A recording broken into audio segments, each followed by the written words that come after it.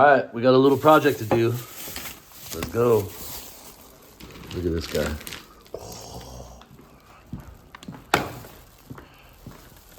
UPS just came. Do a little unboxing and stuff.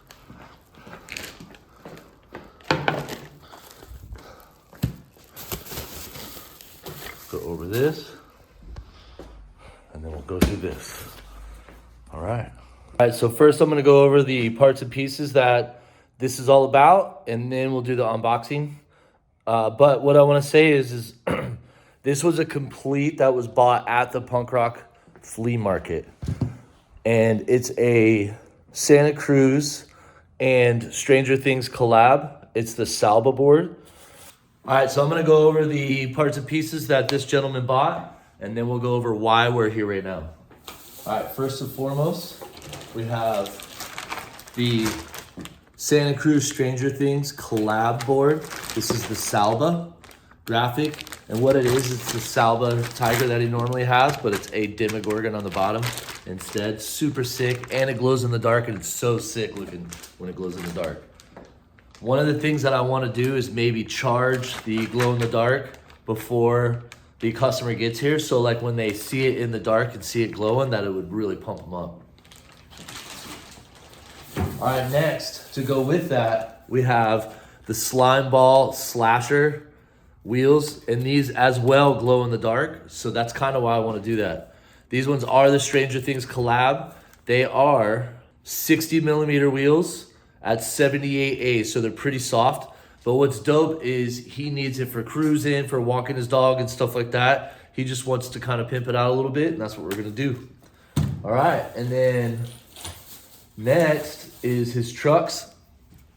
He has 9-inch, the ultra low inverted kingpin on slappies. And the reason why I suggested 9-inch is because this board tapers a lot in the nose and it dips in that fishtail.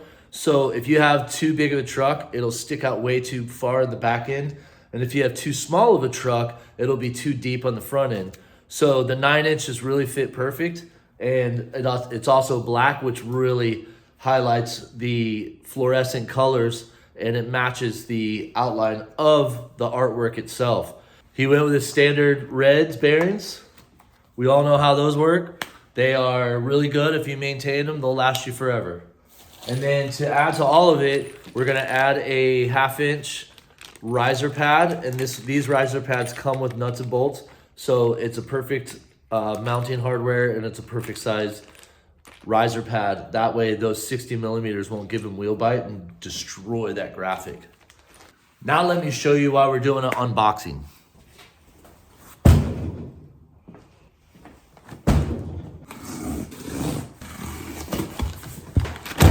All right, check it out. I bought clear grip tape. All right, so I bought mini logo clear grip tape. The reason for that, there it is right there, that's pretty sick. The reason why I went with mini logo is because they were the only ones that were offering it in 10.5 inches. And with these boards being so big, that I knew it would cover all the space I needed it to cover. The one thing about clear grip tape that I try not to do ever is create any creases or cuts or anything like that in it, because it'll show in the clear. What it does is since there's like some kind of like obstruction in the clear grip tape, it turns it white and it's very noticeable, and I don't want that to happen, especially with this setup. Something else that the customer wanted was all these stickers off, but they wanted this sticker on and then take the tag off here. So when I clear up the grip, the sticker will show as well as this graphic. And the customer was infatuated with orange, so that'll be perfect for this situation. Just look how beautiful that looks. All right, just to kind of show you what I mean by obstruction, here's the clear grip, right? When you put it on, as you can see right through it. And then what we would do normally is roll it so you could see it a little bit better, right? But if there's any cuts or blemishes in it, it creates a white line. Even though this is razor thin, it creates like a white line through it, and you can see it and it doesn't go away. One thing I also like to do with clear grip tape and dipped boards is try to utilize a brand new razor blade. So what I'll do with this one is I'll take it out, and as you can see, this side hasn't been used yet, so I'll flip the blade just in case. The reason why I do that is because when I file the edges of the board, it thins out the grip tape, so when my razor blade goes in, it makes it a lot smoother and easier cut. So I try to utilize the sharpest I can on a dipped board because I don't want that blade to dig into the wood or chip any of the paint off. That's one thing that's gonna kill the vibe for the customer. The other thing that I have to worry about is this clear grip tape isn't perforated, so it's gonna have to go on a little bit slower, a little bit more methodical. If it was perforated, then I wouldn't have to worry about air bubbles so much. And like I said, I don't wanna cut into each air bubble on the deck itself. So I'm gonna have to take my time and make sure that I go nice and slow and easy. All right, let's start diving into it right now. Here's the board, it's nice and beautiful. I'm gonna go ahead and lay the grip down first. All right, the first thing I'm gonna do is lay the grip out and then measure the board with the grip. Now when I do this, I don't wanna take the plastic off of this because I don't want any of this paint to get rubbed off from the grip tape. Some grip tape companies will roll it out from the bottom versus the top. This one is the top one, so I have to make sure that this plastic stays on and nothing gets hurt. All right, and I always give myself a couple inches just in case. One thing I like to do when I'm gripping boards is I don't want to scratch the graphics, especially on a board like this where the graphic is very dominant. So to prevent the graphic from scratching, my wife had an idea to go get these dish drying mats that are super soft and they don't have a lot of textures to be able to scratch the graphics. So I use those a lot. And then that'll also allow me to spin the board when I'm cutting it and all that to make it a nice smooth cut. All right, so here we are. I got my mats out, I got the board. So I'm gonna lay the mats down on top of this. Normally I would just go with one, but this graphic is extra special. So I'll go ahead and take two. That way,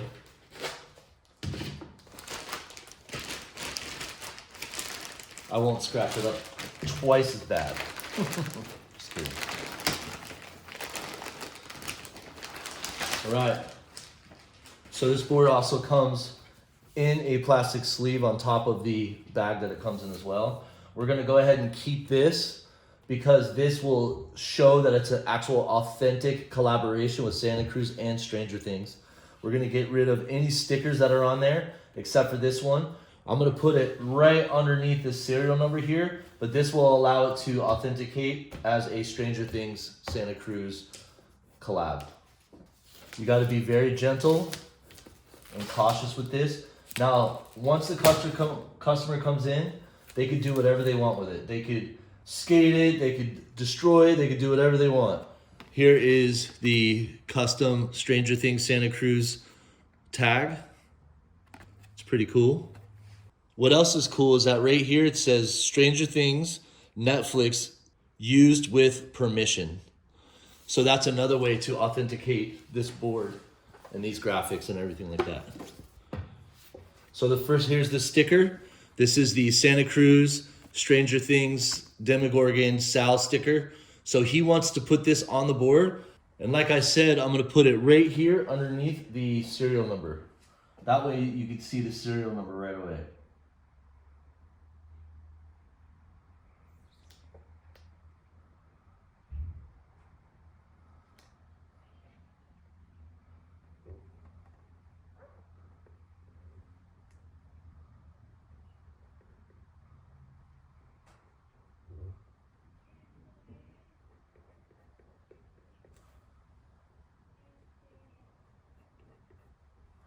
And voila.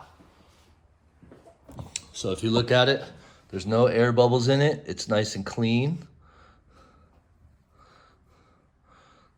And the way you do that is, if you saw me, you lay it down and you just rub it until all the air and stuff comes out. That's a really sick sticker. Here's my roller here. And what I have to do is I have to take it nice and slow and roll it so none of the air bubbles show. Least amount of air bubbles as I could possibly do. So I touch the tail.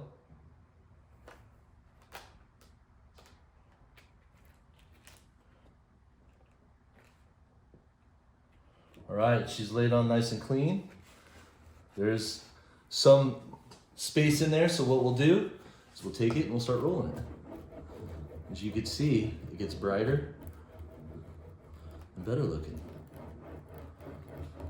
And I like to take my time doing this because I want it to look as best as possible. You know, a lot of people don't care what their boards look like and stuff like that, but you know, when you first get it, you don't want it to be trash, you know what I mean?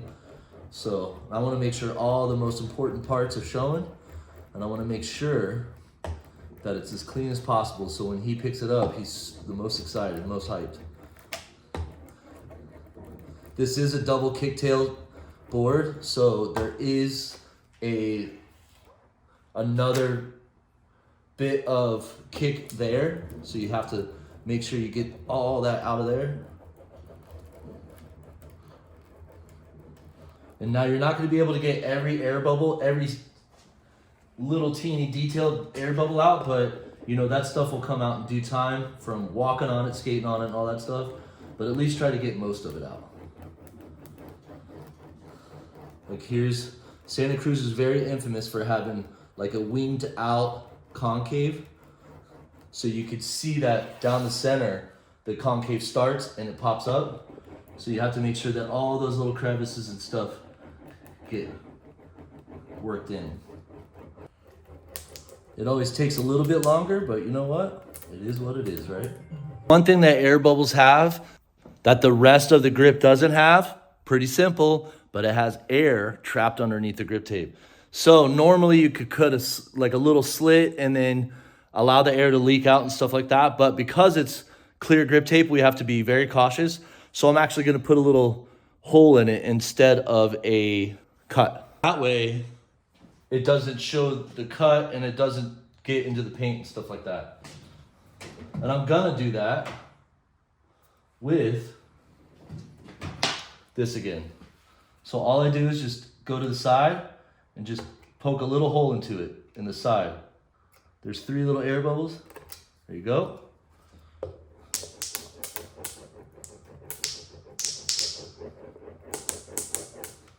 There's one more here, so we'll go to the side. There's one more here. All right, now I gotta take my file and I gotta thin out the edge of the grip tape on the board. That way that razor blade can cut real clean and fast and easy throughout it.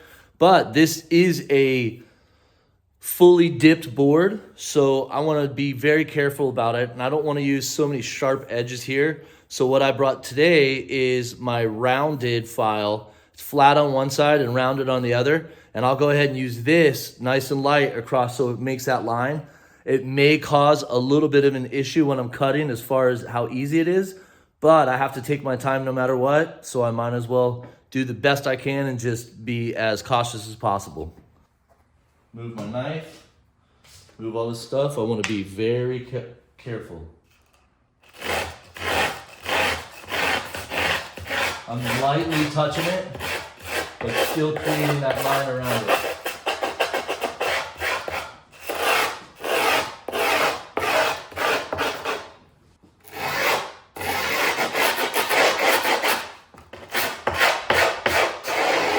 Obviously with clear grip, you're not gonna see the line that good, but after a while you start to get used to where the cut's gonna go and you understand the shape and everything. And the fact that it's clear grip tape, you could see the edge of the board unlike black grip tape and all that.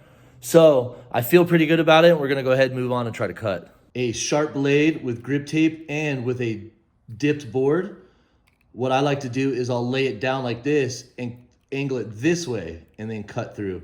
And a lot of the times it'll just be nice and smooth and easy. Hopefully that's the case here.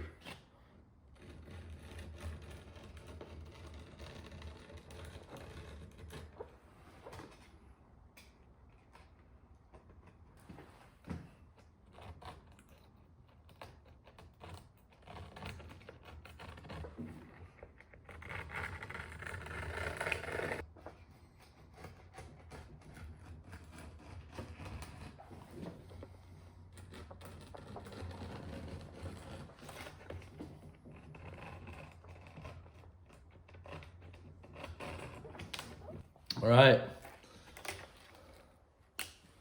there she is. Looks pretty clean. I don't see any bumps and scrapes on the edges. I do have a few that I have to shave off, maybe a hair, but it looks pretty good. Like I said, more importantly, I didn't want to take out any chips or anything in that paint on the edges. I want this to be spectacular when this gentleman comes in to get his board. All right, so one thing I like to do is go around and just make sure that there's no hanging tags or anything. Like there's one right here. So I'll take my time and get rid of it. Let it match a little bit. Next, I'll take a piece of this and I always rip a chunk like this, usually the corners, and I'll slap it on my hand like that. And then I'll just use my hand. Just shave your edges. When you do that, especially with a dipped board, you want to make sure that you do it on top of the grip tape, not so much on the edges where you're going to actually scrape the paint and stuff like that. All right, look, not a scratch on the graphic, so these pads did their job. So what I normally use to poke the truck holes is a chainsaw sharpener. The reason why is because this end right here goes in nice and clean. It doesn't hit the edges and stuff, but then this is actually a file, so I can put it in there and I can move it back and forth and it gets rid of that excess grip tape that's like digging into the hole or poking up and stuff like that. First I'll go here, poke it with the little sharp end, and then I'll take this and I'll go ahead and do the same here. I'm gonna do the back truck for him just to give him a little bit more nose. So I flip it over and then I take this and I put it in each hole and get rid of that excess grip tape that always hinders us when we're putting in bolts. And there you go.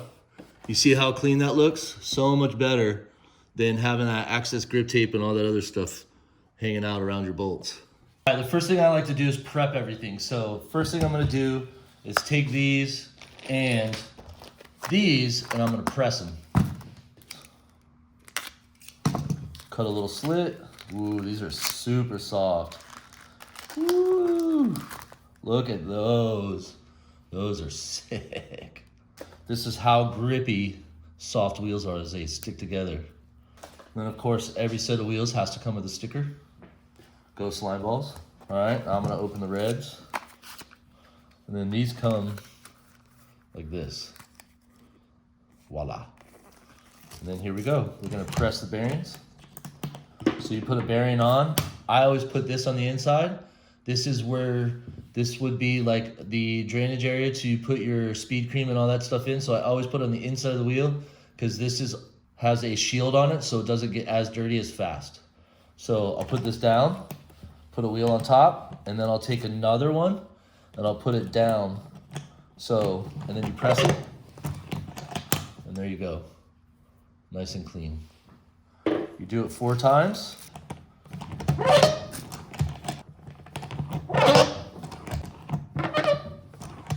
Next, I'm gonna take all this out just so I know I count it and make sure it's all there. Oh, and by the way, your bearings come with a sticker as well. Make sure everything's in it. We have 2, 4, 6, 8 nuts and bolts. So we'll go ahead and set them up. All right, so when I'm bolting trucks onto boards, I like to use the 3/8 socket piece as my drill bit and then utilize an analog Allen key or Phillips head. And the reason why I do that is because when we use a Phillips head on here, it'll actually twist the grip tape where the hole is. And with clear grip, you'll actually see it. It becomes white and it looks ugly. All right, here we go.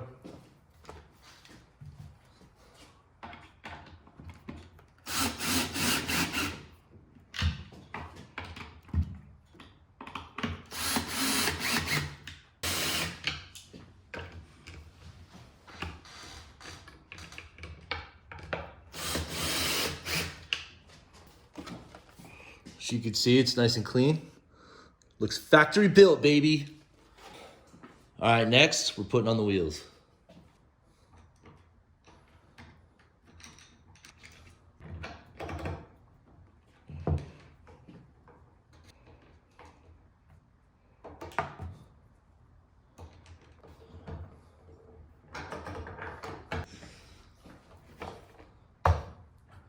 Dude, look at that. All right, that's it. So there it is, the Salva Stranger Things Santa Cruz collab. We have slappy trucks, slappy risers with hardware, We have the Stranger Things slasher wheels from Slimeball. We have red bearings, the clear grip tape with the sticker in the center, nice and clean. And there she is. He'll be in a little later. Hopefully we can get a little bit of a reaction out of him. That'd be sick.